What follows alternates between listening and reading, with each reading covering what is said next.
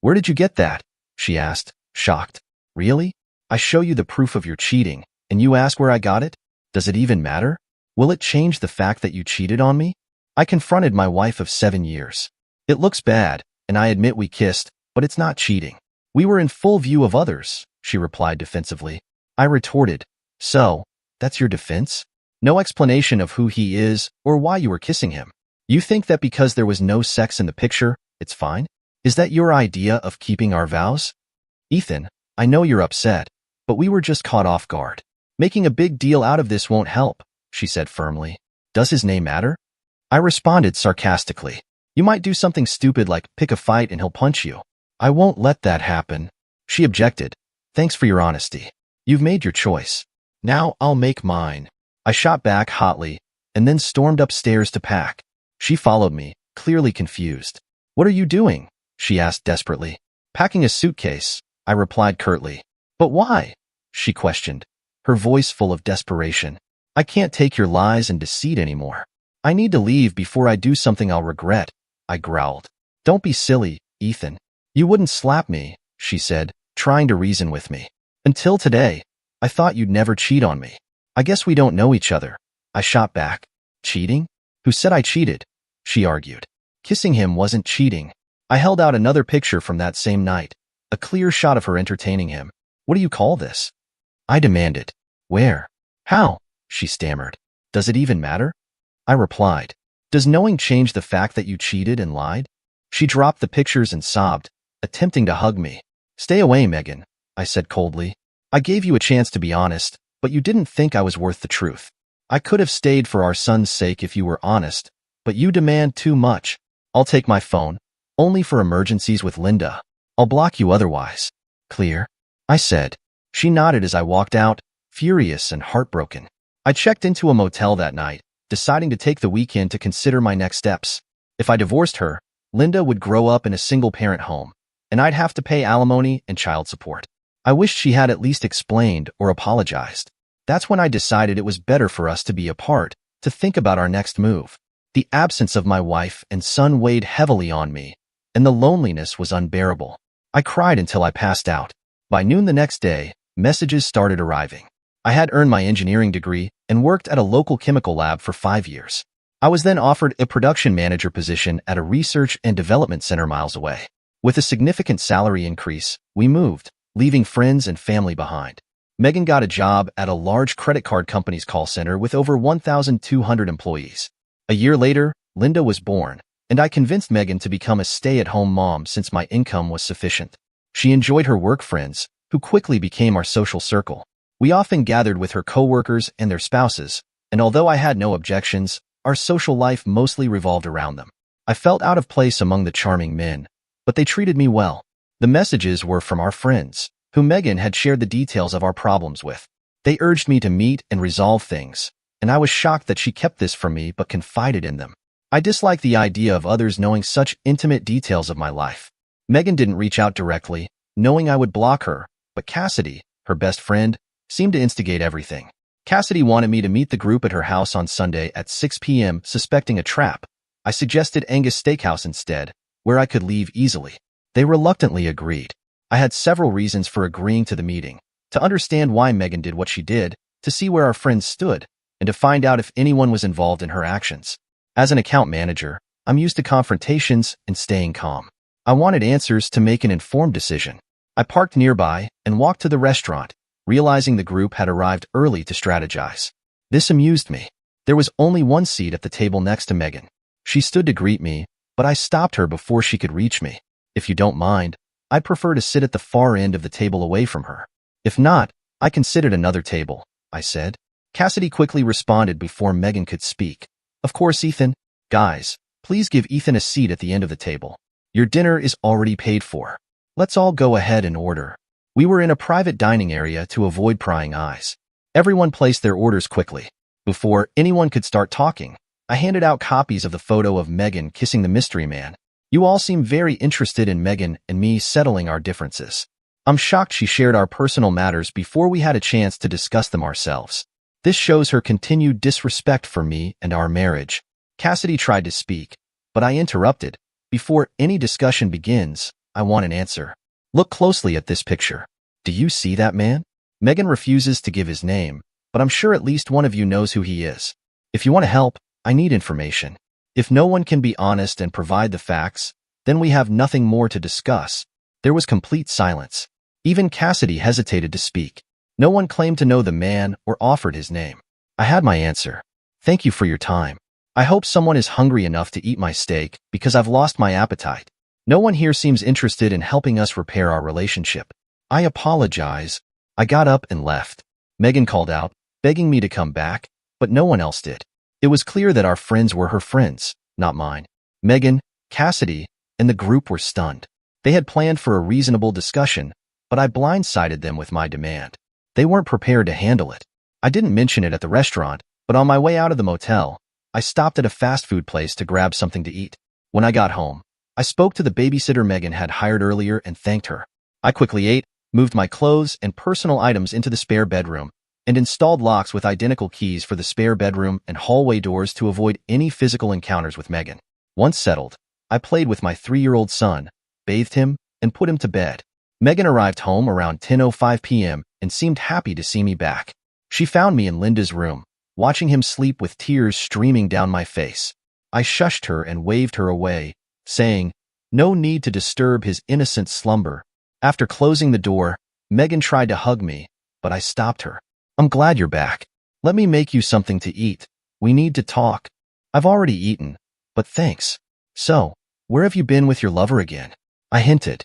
"No, I was at the steakhouse. They helped me find the right words to get us back on track." "I have a lot to tell you," she explained. "I'll talk if you give me your lover's name. If not, we have nothing to discuss," I replied. "I can't. I just can't," she said sadly. "I wish you'd show me even half the devotion to your husband that you show your lover. I'll stay in the spare bedroom until further notice. Don't touch me. Who knows what diseases you might carry. But I won't let this stop me from being there for my son. If you're ready to talk, your first words will be your lover's name. If you're willing to sacrifice our marriage to protect him, so be it. Don't speak to me until you're ready to give up his name." She walked away, sobbing. A week passed, and Megan and I only spoke to Linda, not to each other. On Monday night, I came home to a surprise. Everything seemed fine until I walked into the kitchen, where a crowd of Megan's friends surrounded me, eager to see me again. They avoided saying anything that might upset me, but it felt like they were walking on eggshells. The first thing I asked was, "Where's Linda? I don't want adult conversations around my son. I've dropped him off at the babysitter's. He's staying there tonight," Megan explained. "I see," I said, surprised by the pre-planning I wasn't aware of. "I didn't see your cars parked outside. We all parked a block away to surprise you, Ethan. We couldn't risk you driving by and seeing our cars," Cassidy explained. "Well, you caught me off guard. Why are you all here? Has something changed that I should know about?" I asked. "Yes, honey," Megan began. "Let's go to the living room, and I'll explain everything. I'm ready to answer your questions." "Sure, but I need to use the bathroom first." "I'll be right there," I said. I went to the restroom, turned on the recording on my phone, and slipped it into my shirt pocket. Then I joined them in the living room, noticing 2 new faces. I immediately recognized Megan's lover, sitting next to a younger woman. Megan began, "Ryan, meet Elliot Reynolds and his wife, Claire. They've been our friends for a long time. I know this may shock you, but you insisted on knowing who he was. We all decided this was the best way to tell you. If you try to attack him, the guys here will intervene. We don't want anyone to get hurt. So, you finally show me his face. It's a bit late to worry about me getting hurt, isn't it?" I said sarcastically. "You didn't care about hurting me, just keeping him safe. Don't worry, I won't touch him. I don't want any diseases he might have given Megan." Everyone groaned in disappointment. Cassidy jumped in. "Ethan, we understand your frustration. Can we speak calmly? We were trying to give you what you asked for. You wanted his name, and now you have it. We assumed you'd want to talk to him, so we arranged that. Elliot doesn't need me to speak for him. He can speak for himself. We're just introducing you." Elliot stood up and extended his hand. "We've gotten off to a bad start. I hope we can be friends, or at least polite. I'll treat you with respect and courtesy, and I hope you will do the same. May I call you Ethan?" I kept my hands at my sides. "Since we're just meeting, Mr. Reynolds, you should call me Mr. Carter. I can't imagine our relationship warrants familiarity. Second, you promise respect after showing blatant disrespect?" I won't ignore your insolence and treat you politely in return. Fair enough, Mr. Carter. My suggestion was for our conversation today, not past incidents. I'd like to discuss what happened between me and the woman you married. Please don't call her my wife. That title may be short-lived. I'm considering divorce, which I'm sure you know. How should I address her? I asked. Mr. Carter, refer to her as the woman you married. I'll accept that. Very well, Mr. Carter. I'd like to explain what happened between the woman you married and me. I hope you find my perspective acceptable. I'm listening, Mr. Reynolds. Go ahead. Elliot took a deep breath and began. Look around this room, Mr. Carter. You see a room full of attractive people, including the woman you married and yourself. Do you think it's a coincidence that your best friends are more attractive than average? This group came together like birds of a feather. As friendships grew, so did closeness. Everyone here is in a happy, stable relationship. Our goal is confidence in our soulmates, making us inseparable. We all believe the same thing about you and the woman you married, Elliot continued. Take my wife, Claire. She's as wonderful to me as any woman here, and we plan to spend our lives together. No man here, including you, will take her from me. This confidence allows us to share with others for mutual growth. Monogamy is outdated. True love is about trust, closeness, understanding, and sharing. How nice for you and your wife, Mr. Reynolds, and for the rest of this group, if they all agree, I replied. But that has nothing to do with me and the woman I married. Excuse me, Mr. Carter, but don't you see the benefits of trust, understanding, and security in your relationship? You could both grow by opening up to this, he said, spreading his arms to include everyone. If what you say is true, Mr. Reynolds, then you've just called every woman here a strumpet, including the one I married. I'm appalled you changed her morals so easily. A gentleman never interferes in marital relations as you have, I responded. I see your flawed logic, Mr. Carter. This isn't one-sided. You two are invited to embrace our concepts. You could be with any woman here if you desired. When you joined our group, it was inevitable you'd be invited to participate fully. If you hadn't reacted so harshly, she would have discussed the potential benefits with you instead. She panicked and retreated, but I'm sure you'll see the benefits of what we suggest. We just need to find a way to make you comfortable. I see, I said, pretending to consider his words. Then I turned to Megan and asked, is this true? You discussed this with them and agreed to test the waters with Mr. Reynolds without telling me first? Megan nervously nodded. I heard how these experiences improve and strengthen marriages, and I wanted the same for us. My love for you hasn't changed. I only wanted to show you what I learned to convince you it would be good for us, she said, realizing it was the first real conversation we'd had since that night. So, you want me to believe that one session with him made you an experienced courtesan? I asked. It wasn't your first time, was it? Megan couldn't meet my gaze. Mr. Reynolds jumped in. Don't you see, Mr. Carter? We helped her understand the benefits. You can participate too, and there are other advantages. It's not just about the sex. So, you think you're some kind of Casanova? I asked. Mr. Carter, I am experienced and attentive. I help less experienced lovers, like the woman you married. She will learn and grow, and you will benefit from her new experiences. Everyone goes through periods of complacency, Elliot replied. I turned back to Megan. When have I ever resisted trying something new? If you wanted to spice things up, why didn't you talk to me instead of jumping into bed with him? Please don't misunderstand me, honey. You're a gentle and sweet lover, which I need most of the time. But sometimes I want something more forceful and direct, which Elliot showed me. He never tried to replace you in my heart, Megan explained. I kept my anger in check, realizing our relationship couldn't be repaired. Inside, I was storming, but outwardly, I stayed calm. I now aim to gather ammunition to cause chaos in their lives for destroying my home. Thank you, Ethan. Now do you see our group in a better light? Will you and Megan join us? Your marriage will grow stronger, I guarantee it, Elliot said. I forced a grin. I need more time to digest everything. Megan and I need to talk privately. Once we've settled things, we'll get back to you. Is that okay? I asked. Elliot forced a weak grin, clearly wanting my answer right away but not getting it. Sure, he said reluctantly. Take all the time you need. He nodded, and then 3 large men moved forward and restrained me. Though surprised, I didn't feel physically threatened. Megan approached and pulled my phone from my pocket, starting to delete videos. Ethan, we want to trust you, but until you're one of us, we have to protect ourselves, she said. It was clear you were recording tonight's events, and we can't afford that. She nodded to Elliot, who asked, Is it all gone? Yes, Megan replied. There's no recording of tonight. She tucked my phone away, showing her full commitment to their group. I must have looked defeated. Elliot continued. Don't be so down, Ethan. I'd like to think you were recording to choose who to be with first in our group, but we can't take that risk. He patted me on the back, and the group quietly left. I grabbed my keys and headed for the garage. Megan asked, Where are you going? To pick up Linda, if that's okay? I was hoping we could, reconnect tonight, I replied. Do you really need to get him now? She asked. I miss my son. I'll be back soon, I said, walking out. I drove to Angus Steakhouse, hungry since I hadn't eaten dinner. The restaurant didn't disappoint, and I savored the tender beef while mentally reviewing the night's events, hoping my plan would work out. Mrs. Stevenson thanked me for the generous tip. I might need her help again soon. Linda was thrilled to see me and couldn't stop laughing all the way home. I bathed and fed him before putting him to bed. Megan informed me she was making something light, but I told her I had already eaten and she should take care of herself. Offended, she brushed me off, not wanting to upset Linda since we both had work the next day. I got ready for bed, and Megan wanted to talk. What's going on, Ethan? You seemed interested in Elliot's offer, then you shut me out. What happened?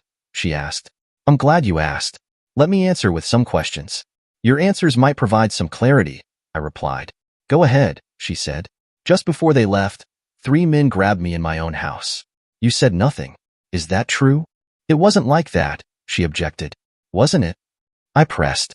3 men grabbed me, yes or no? Yes, Megan reluctantly admitted. Did you protest? Were there any witnesses who spoke up? I asked. No, she answered. Starting to understand? I said. Next question. Did I ask you to take my phone and delete anything from it? Yes or no? Be honest, I added. No, she replied quietly. Bear with me, this is a long one, I warned. You admit you had no objection to me being restrained in my own home, and you admit you took my phone and deleted recordings, not at my request but at someone else's. Is that true? Yes or no? Yes, Megan said, her voice shaking. I hadn't thought of it that way. It's a betrayal, Megan, I said, my frustration clear. Now, why did I drop you like a hot potato? Your own answers reveal why. You proved today that you were on their side, not mine. I don't want to be around someone who so indifferently betrays me, I declared, and I left her sobbing in the hallway. I locked the door. Around 4 a.m., I heard her trying to open it, but the lock foiled her attempts. Tuesday morning, I spoke with the vice president. Dan, can you recommend a good divorce attorney? One who will fight hard for the husband? I asked. Please tell me you're not asking for yourself, Ethan, Dan pleaded, looking worried. Unfortunately, I am, I replied, trying to keep my composure. I assumed you might know someone. I'm friends with Ted Russ from our legal firm. He can recommend someone. Let me call him and get back to you, Dan offered. Thanks, Dan, I said, feeling a bit relieved. Don't worry, Ethan. This stays between us, Dan assured me. You don't know how good it feels to hear that. Thank you, Dan, I said, genuinely appreciating his support. Following Ted's recommendation, I called Emma Weston's office and set up an appointment for 2:30 that afternoon. It turned out she was the one I would be meeting with. Emma told me that her caseload was 70% women and 30% men, but she fought hard for all her clients regardless of the circumstances. After I explained my situation, she agreed to take my case. She did warn me, though, that I'd be paying child support until Linda turned 18, including for college expenses. I said I was fine with that as long as I had 50-50 custody. For alimony, she mentioned that it would likely last 3 to 5 years, depending on the judge. In our state, it's usually 1 year of alimony for every 2 years of marriage, up to 20 years. After that, it's capped at 10 years. I'd have to deal with it, but the thought of paying her while she had fun with someone else made me angry. Megan and I had planned to build our dream home after renting the house we'd lived in for the past 4 years. I had many sketches for our future retreat, but those dreams were now gone. At least the house wouldn't be sold, divided, or fought over. Linda, being so young, wasn't attached to any particular home. If Megan continues to rent it, it won't matter to me. I could never sleep in the master bedroom again knowing it had been used by that idiot. Who knows how many times they were together before I discovered her infidelity. Emma explained that the average divorce in our state takes 8 months if uncontested and a year if contested. I hoped for the 8-month timeline. Staying married to a traitorous wife no longer appealed to me now that I had decided to divorce Megan. Emma also mentioned there was no financial benefit to filing a declaration of infidelity, but it could help in custody disputes. She said the paperwork could be ready by Thursday afternoon, and I asked her to serve Megan at work on Friday at 10 a.m. so her friends and colleagues could witness it. After resolving the divorce details and agreeing on a fee, I asked about living arrangements until the divorce was finalized. What questions do you have, Ethan? Emma asked. My main concern is time with my son, I replied. 8 months to a year is a long time for both of us. I don't want to be an absent father. Would it be illegal or inappropriate to continue living in the same house to maximize my time with him? While not uncommon, it can be challenging, Emma replied. How so? I asked, curious. When she served on Friday, she'll be extremely unhappy if you're nearby, Emma warned. She might retaliate. Are you prepared for her anger? Absolutely. I can handle it, knowing we'll be legally separated, I answered confidently. She may not want the divorce, Emma cautioned. Often, cheating wives want both their husbands and their affair partner. She might try to prevent it, but it's a legal process, right? She can't stop it just because she wants to, I said, trying to fully understand the situation. True, Emma acknowledged, but she could complicate things. How? I asked, concerned. If you become intimate before the divorce is finalized, the timeline resets to 0, and you'll have to wait another 8 months. The state will see it as a desire to end the divorce process, she explained. That won't be a problem for me, I said firmly. I can see Megan trying to lure me into bed to disrupt the process, but I have an iron will. I won't give in. You don't have to, Emma insisted. Megan could claim you had an affair, and unless you can prove otherwise, which is nearly impossible, the timeline will reset. The judge would find it hard to believe you weren't intimate while living together. I've seen it happen before, Ethan, and I strongly advise against it, I countered. If she makes such a claim, would she need to provide specific details, like time and place? I asked.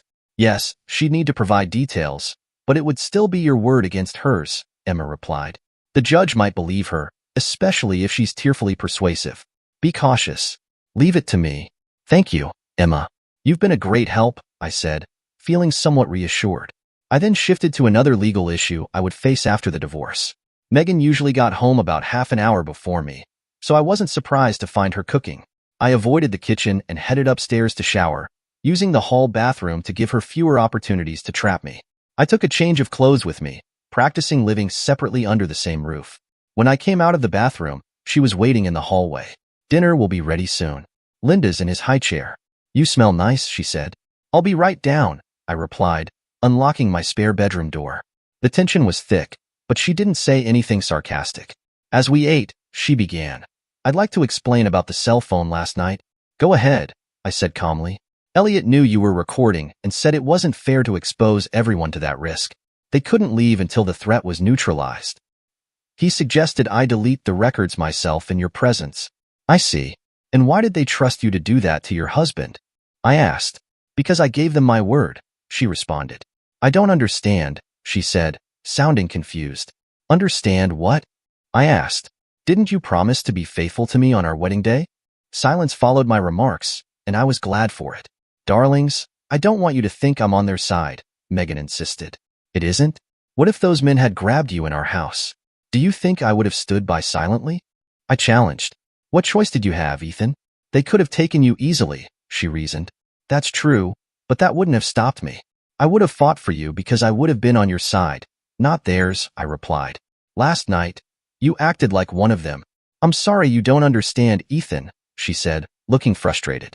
I explained about the cell phone. I don't know what else to say. There's nothing more to say, is there? I joked. You're right, she agreed. How did you find those pictures, Ethan? I'd like to know, she asked, curiosity piqued. I'm sure you would. Maybe one of your friends isn't as loyal to your cause. What if a coworker sent those pictures to me? How would you feel? I teased. Who? Please tell me who. A man or a woman? She asked urgently. I can't tell you, Megan. Why not? She asked, exasperated. I gave my word, I said with a grin. She realized she wasn't getting anywhere and decided to change the topic. Did you enjoy watching? She asked, trying a different angle. No. I just saw a bunch of animals, I replied bluntly. That's right, Ethan. It doesn't have to be emotional. It's supposed to strengthen our marriage, she argued. How's that going? I retorted. Our marriage is hanging by a thread, I said. I already feel closer to you, she added sarcastically. Don't be like that, she said, sounding frustrated. You don't understand.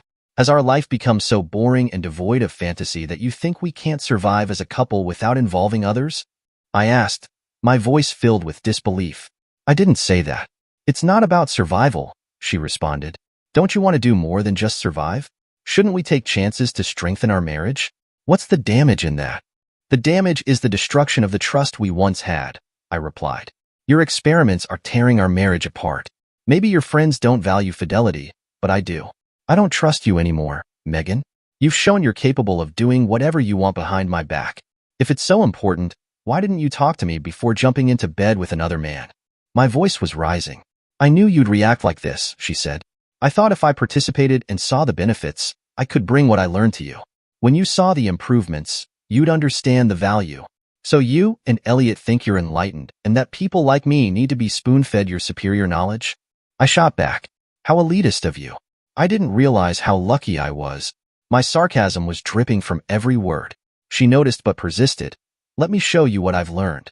I adopted techniques from Elliot and watched Claire closely last night. The goal is to improve our love life, not destroy it. Let me show you. You won't regret it. Every time I look at you, I cringe. I'm not interested in kissing you anytime soon. All you offer now is what used to be mine, shared freely with other men. I retorted, my anger barely contained. Only yours? You don't own me, Ethan. I never have and never will, she replied defiantly. You're right.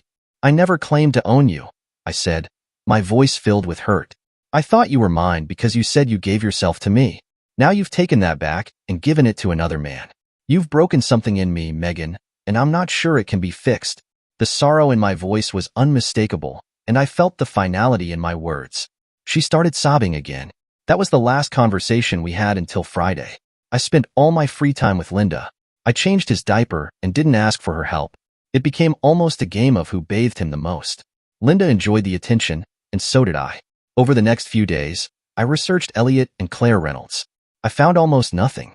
The only public record for an Elliot Reynolds was a homeless man arrested for soliciting money downtown, but the photo and age didn't match the one who had entertained Megan. I'll keep trying to find out more about them, I thought. I arranged for Megan to be served at 10 a.m. on Friday, knowing I would be at a meeting of the local chapter of facilities managers. These meetings usually lasted 2 to 4 hours, including lunch, and were sponsored by contractors advertising their services. If Megan called, my secretary would confirm my extended absence, and I'd leave my phone on silent, only answering emergency work calls. I wasn't avoiding Megan. I just wanted to give her time to process the shock before talking. When I returned to work, I saw her numerous messages and called her back. She answered quickly, clearly upset. It's about time. Are you serious? Getting served in front of my friends? Do you know how embarrassed I was? Are you really divorcing me over this? I told you it was nothing, Ethan. When will you get that through your head? Why won't you return my calls? Why won't you talk to me? My secretary should have informed you that I was in a management meeting. I called you back as soon as I could. I have a job to do. When have I refused to talk to you? You've been avoiding me for the past 2 days. I'm still talking to you now. Let's resume this conversation after work when we have more time, I said firmly. She started crying. I don't want a divorce, please, Ethan. Don't divorce me. We'll talk tonight, okay? Okay, I said, my voice softening. Tonight then. Goodbye, Megan. I ended the call. I had one more short meeting about a lab issue and called our contractor to resolve it. I arrived home early, knowing Friday afternoons were usually quiet. Realizing she might not want to cook, I picked up Chick-fil-A for dinner and texted her. She arrived shortly after I did. I grabbed Linda from her car and carried him inside. She hugged me as I held him. I set Linda in his high chair and helped feed him. Babies can be messy eaters, and Linda was at the stage where he liked to throw food. She thanked me for the takeout. We chatted and talked happily with Linda, even as she cried. I spent the evening with Linda, not leaving his side until he was asleep. He was my focus and reason for enduring the situation. Later, I found Megan in the living room, looking over the divorce papers. She took a deep breath to calm herself before speaking. I'm sorry, Ethan. Okay, is that what you wanted to hear? I asked, my tone stern. I'm sorry you saw those pictures and found out the way you did. I can only imagine how uncomfortable it was for you, she said, trying to sound sincere. So you're sorry I found out, not sorry you cheated. Got it, I replied, feeling the anger rise in my chest. Don't say that Elliot said once you see the benefits of our group, you'd accept it. You'd have the freedom to be with other women, just like I am with other men, she explained desperately, trying to justify her actions. Of course, that's what he said. You and Elliot both failed to consult me about infidelity. It's a shame you trust his words over mine. He doesn't know me or our marriage, and apparently neither do you, I said, feeling betrayed. Look, I realize now I acted wrongly. You're right, I should have talked to you first. Elliot told me that if I had approached you, things would have gone smoothly. He's convinced you'll come around, but now I'm not sure. Why don't you call off the divorce and let's get back to normal? She pleaded. Normal? That train is derailed. You blew it up when you cheated. Just sign the papers and let's move on with our lives, I said, my voice firm. You don't want Linda to grow up in a single-parent family, calling another man daddy. No man wants that for his son. Reconciliation is the best option, she argued. I wouldn't want him to call another woman mom if you remarried after a divorce, I countered. That's true, she admitted. You should have thought about all this before you broke your vows, I said, my tone cold. It would hurt to hear him call another man daddy, but it's better than living in a house full of lies and deceit. I can't be part of your group of infidelity. They may be attractive, but they're disgusting to me. I can never be intimate with you again, Megan. Put that in your pipe and smoke it. You're just saying that to hurt me, and it really hurts, she said, her voice breaking. What if I gave up the idea completely? What if I swore I'd never get involved again? What if I turned my back on them as friends? I'm desperate, Ethan. You and Linda are the best things in my life. I'm sorry you think I've turned my back on us, but it's not true. I value you two above anything else, she pleaded, tears streaming down her face. I hear your words, Megan, but I don't believe you. You've already proven yourself to be a liar. I can't trust you anymore. Just sign the papers and let's get this over with, I said firmly. I'll never sign those papers. I don't want a divorce, and I will fight you every step of the way, no matter how long it takes. I may have lost you now, Ethan, but I want you back. I'll crawl to you on my hands and knees until you take me back, she vowed, her determination evident. Too bad you didn't have enough faith in us to stay true to your vows. Once a cheater, always a cheater. That's how I'll always see you, I quipped. She started sobbing, realizing the difficulty ahead. What now? She asked. I hope you don't expect me to leave. I'm staying here with Linda. We have nowhere else to go, she mumbled. You're right, Linda is my whole world now. I don't want to be away from him. That's why I'll stay here during the divorce. I won't get in your way. I don't need you to do my laundry, cook, or clean. You take care of your needs, I'll take care of mine, and we'll both take care of Linda. Just don't touch me. You disgust me now. We will coexist until the divorce is final, but there will be no reconciliation, I stated firmly. Her hope turned to dejection as she processed my words. I heard you, Ethan, but divorce is a long road, and a lot can happen. I'm going to get you back, honey, I swear, she declared. As long as you keep hanging out with your friends, you won't have a chance, I replied. I won't socialize with them again, but if you ever bring one of your lovers here, you and he will regret it. Is that clear? Of course, sweetheart. I'll turn my back on them if that's what it takes. Do you want me to quit my job and be a full-time mom? She asked, trying to find a way to mend things. No, it's too late for that. Besides, if you did, I'd just be paying more in child support in the divorce, I responded bluntly. She didn't like my response but forced a cheerful smile. I decided to treat this as a temporary business arrangement. Nothing would stop me from spending time with my son. For a few weeks, we communicated politely, saying only what was necessary. Surprisingly, we agreed on several suggestions from my attorney. I would pay the rent if Megan paid the utilities. I canceled all utilities in our joint names and reissued them in hers. Since both our cars were paid off, we each covered our own gas and insurance. We took care of our own meals, so there was no need to share groceries. Financial independence was easier than I expected, as I still paid most expenses and she accepted it. I transferred half of our savings to a new account in my name, leaving the rest in hers. She wasn't happy for a few days, but soon realized I was just enforcing the divorce terms. She refused to sign the papers, though. Megan made every effort to engage me in conversation, but I was always polite and never refused unless it got personal. I didn't ask her for anything or initiate conversations. One day, while looking for socks in my desk drawer, I realized I hadn't seen the 3 pictures of Megan and her lover. I urgently searched all the drawers but couldn't find them. I knew who had taken them. Examining the lock on my door, I noticed fine scratches, suggesting she had a locksmith make a key. The next day, I bought 2 new identical locks for the bedroom and bathroom doors and kept the keys hidden. She didn't want me to know she could access my room, and I didn't want her to know she couldn't anymore. Her continued betrayal only reinforced my decision to divorce. I wondered if she'd lie about her date with Elliot. After months of doubt, she began asking me to take her out or do couple activities. I always declined politely. She was getting nervous, missing her friends, but remembered her promise not to socialize with them. Then I started getting calls and messages from them, inviting me out or offering to stay away. I blocked each number without responding. In mid-December, she told me she was having dinner with her friend Cassidy on Saturdays and asked if I minded watching Linda. I agreed, as long as she didn't bring anyone into the house. I joined my employer's bowling league on those Saturday nights, enjoying myself and the attention Linda got from the ladies. It was much better than sitting at home wondering about Megan. One day, I got home later than Megan, and she asked where I had been with Linda. I told her the truth. She asked to come along next time, and I told her honestly that I only left the house when she did. This upset her, but pleasing Megan was no longer my concern. She often asked how we could be a loving couple again if I never gave her a chance.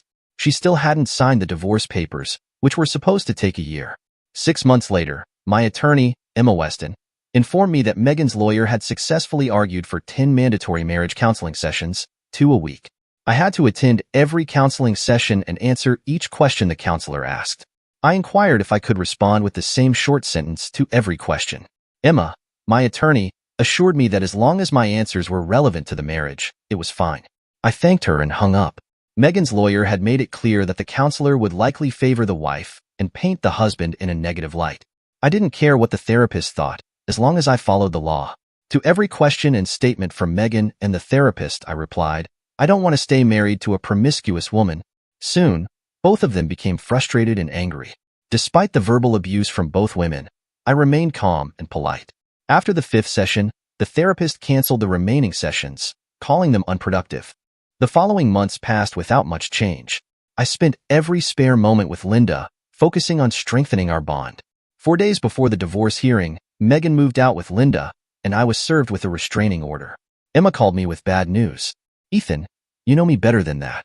Not a word she said is true, I said, trying to keep my composure. Okay, I needed to hear it from you, Emma replied. I'll fight for you, but it'll be tough without evidence.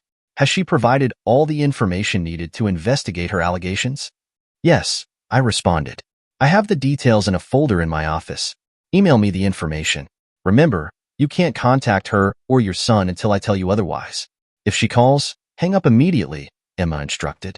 Understood, I repeated. 2 days later, I returned home from work and was shocked to find Megan sitting at the kitchen table. Her car wasn't in the driveway, so she must have come with someone else.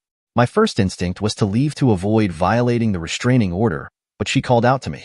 Ethan, turn around and listen if you want to see Linda again. She had my attention, but I just stared at her, keeping my distance. You don't have to say a word, just listen, she said. I stayed calm and non-confrontational. First, hand me your cell phone so I can turn it off, she demanded. I placed it on the table. She picked it up and turned it off, ensuring no recording could be made. I tried to talk you down, but you were stubborn, she continued. I had to resort to desperate measures. How does it feel to be on the other side?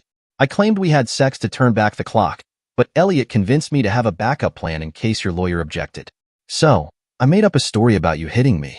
We both know you never touched me, but I needed full custody of Linda, leaving you with little time with him. It's cruel, but it gives me leverage. If you cancel the divorce and agree to join our group of friends, I'll lift the restraining order, move back in, and we can resume our marriage. Linda won't be in a single-parent family. What's not to like? I promise you'll get used to it. What do you say, Ethan? Live in the real world with me, and you'll have a good time. She hit me where it hurt the most, my son. Nothing else in the world mattered as much to me as he did. I'll answer as soon as I can. For now, please leave, I insisted. She smirked as she walked past me. Knowing she had leverage, I waited until I heard the door close. Looking out the window, I saw a shiny Lexus pull up, driven by Elliot Reynolds. It was clear he was determined to have Megan in his group. I had a lot to think about. Emma informed me that my presence at the divorce hearing wasn't required, but I still wanted to be there. As I left the men's room and headed toward the courtroom, Megan appeared in front of me, hissing, "You had your chance, you bastard. I'll tear you to pieces in there. Your son will never know your name and will call another man father. I will marry a real man who trusts and believes in me." She spat in my face and rushed away, while onlookers stared, likely wondering what I had done. I wiped my face with a handkerchief and entered the courtroom, sitting at the back. I hoped my lawyer was as good as her reputation. While waiting, I listened to other divorce cases and noticed that those who represented themselves seemed to be at a disadvantage. Our case wasn't heard until 1 p.m., making for a long day. Megan was the first to testify, detailing the alleged assaults with dates, times, and locations. She sought custody, child support, alimony, and possibly even jail time for me. Despite her tearful testimony, my attorney, Emma, remained calm, drawing flowers in the margins of her notes. Megan's lawyer painted me as violent and unsuitable to be a parent, claiming that Megan had tried to reconcile but my jealousy had destroyed the marriage. After Megan's lawyer finished, Emma began her questioning. I want to confirm that you're certain of the dates, times, and locations of the alleged attacks. Could you be mistaken, Mrs. Carter? Emma asked. No, ma'am, Megan responded confidently. My attorney told me to document everything, and I wrote it all on a calendar. So, you swear under oath that your allegations are accurate and true? Emma pressed. Yes, ma'am. The truth must be told, Megan replied, tearfully. No further questions, Your Honor, Emma said. You may step down, Mrs. Carter. The judge, Richard Harper, advised Megan, and she and her attorney seemed stunned that Emma didn't question her more thoroughly. Megan's smirk told me she thought she had won, ready to turn my son against me. The thought made me shudder. Your Honor, I would like to call Mr. Jack Hamilton to the stand to testify, Emma requested. The judge nodded, and a plain man took the seat. Megan and her lawyer exchanged puzzled glances. Please state your full name for the record, Emma asked. Jack Hamilton, the man replied. Thank you, Mr. Hamilton. May I call you Jack? Emma inquired. Jack, please, he responded. Thank you. Jack, can you tell the court where you work and the nature of your business? Emma asked. I own and operate Hamilton Investigative and Security Services, Jack explained. Jack, how did you meet my client, Mr. Carter? Emma continued. He approached me about 14 months ago, concerned about his wife, Mrs. Megan Carter. He suspected infidelity but had no proof.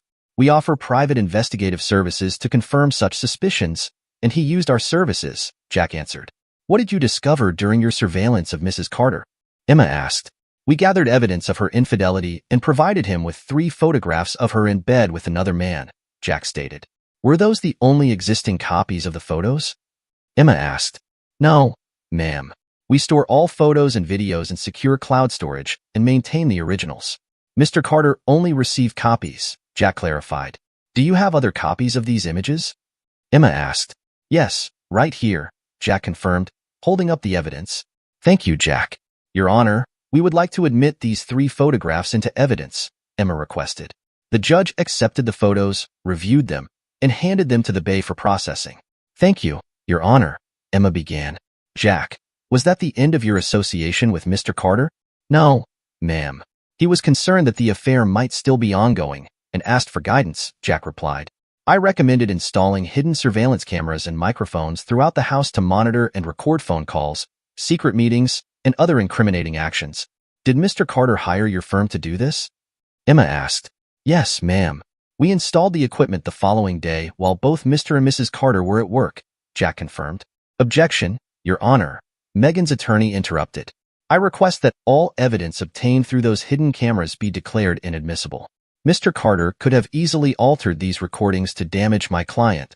Judge Harper turned to Emma, saying, Before I rule on your objection, I'd like to hear if there are grounds for it. Attorney Weston? Thank you, Your Honor, Emma responded. Jack, can you explain the nature and type of surveillance system installed in Mr. Carter's home? All the cameras transmit data wirelessly to a laptop hidden under the house, which is connected to a wired Ethernet hub, Jack explained. The data is streamed to our secure cloud servers. Mr. Carter does not have access to the raw recordings. The laptop only stores the web address where the content is sent. The only way to access the files is through my firm. We ensure that the chain of evidence is constantly monitored. Mr. Carter's only involvement was in replacing the camera batteries each month. Judge Harper smiled at Jack and nodded. I've seen you in my courtroom before, Mr. Hamilton. Your firm has an excellent reputation. The objection is overruled. Thank you, Your Honor, Emma responded, then turned back to Jack. Jack, you heard Megan Carter's testimony accusing my client of assault. Here are the dates and times of the alleged incidents. Do you think her accusations have any merit? No, ma'am, they don't, Jack replied confidently. What makes you so sure? Emma inquired. When we reviewed the recordings from those dates, there were no incidents of violence. Mr. Carter was happily playing with his son, and Megan Carter was alone in another room. The house was peaceful at the times of the alleged assaults, Jack explained. Megan and her attorney avoided eye contact, staring at the floor. Jack, can you provide any additional information regarding her allegations? Emma asked. Yes, Jack said, producing a document. I have a transcript of a phone call Megan made the day before she moved out. She talked about hating to see her husband treated this way, and mentioned someone else punching her so she could blame him. She planned to use this as leverage against him. Objection, Your Honor. That's hearsay. Megan's attorney interrupted. I can provide the original tapes. The transcript is an accurate reflection of her words, Jack countered. Megan's lawyer did not object further. Thank you, Jack. No further questions, Your Honor, Emma said as she sat down. Judge Harper turned to Megan's attorney. Would you like to question this witness? Defeated, Megan's attorney replied. No questions, Your Honor. Thank you, Mr. Hamilton. You may leave the room, Judge Harper said. Thank you, Jack replied, and left the courtroom.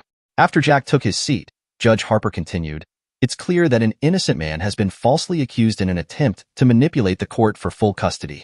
Mrs. Carter has perjured herself, which is a third-degree felony, punishable by up to 36 months in prison. This transcript will be forwarded to the district attorney for possible prosecution. The judge paused before continuing. I grant full custody of Linda Carter to his father, Ethan Carter. Megan Carter will have visitation rights at Mr. Carter's discretion. Mr. Carter, please be generous with visitation, as your child needs his mother. I nodded in agreement. As for alimony, I award $11,000 per month to Megan Carter for 42 months. Each of you will retain your automobiles, and the checking and savings accounts will be divided equally, based on the balances at the time of the divorce petition filing. Each party will retain their retirement accounts. Since Mr. Carter has primary custody, the court will not require child support. Mr. Carter, do you wish to stay in your current residence or move? Judge Harper asked. I stood up.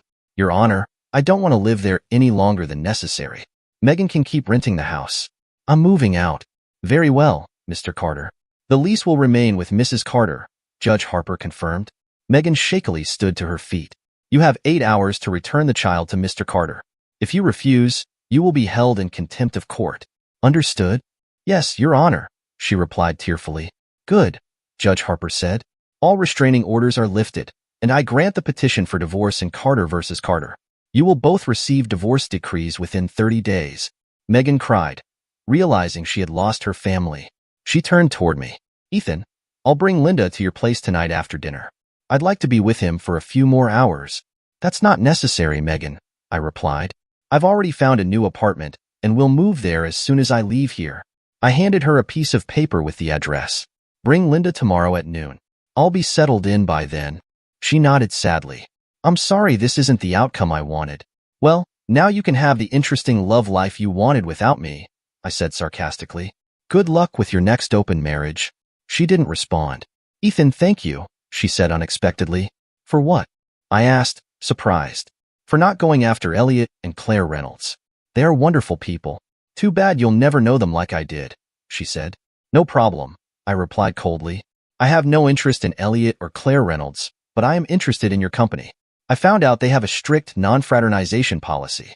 Tomorrow, I'll be suing your company, claiming violations of that policy destroyed my marriage and almost cost me my son.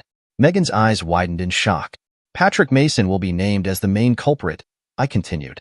Apparently, he slept with a dozen female employees. He's your manager, right? Megan was visibly stunned. How do you know all this? It turns out Patrick has a wife, Nora, and 2 children. I don't know if she knows about his antics, but I'll make sure she does. I'll include his relationship with Claire Reynolds. But why his wife and children? Megan pleaded. They don't deserve this. Neither did Linda, I replied coldly. Why did he destroy my marriage? Why shouldn't I destroy his? He almost took my son from me. Why shouldn't his children know the truth? Even now, you're defending him. If you stick around, Megan, you might get your dream man. He could be divorced within a year. The downside is, he might also be unemployed, just like your call center girlfriends. Their silence about Patrick's behavior also violates company policy. You want us all fired? Megan's voice wavered. How am I going to support myself now? Oh, don't worry. Your job is safe, I assured her. I promised your company I wouldn't publicize this as long as they keep you on staff. You might start your own group of followers. Just imagine how wonderful your life will be without me in the way, once you explain how infidelity strengthened our marriage. The ladies will be eager to join. You might have trouble hiring another manager, but maybe one of the husbands will step up. Imagine all the exciting possibilities. But why are you protecting my job and firing everyone else? Megan asked. Because Linda needs a mother in his life, I said.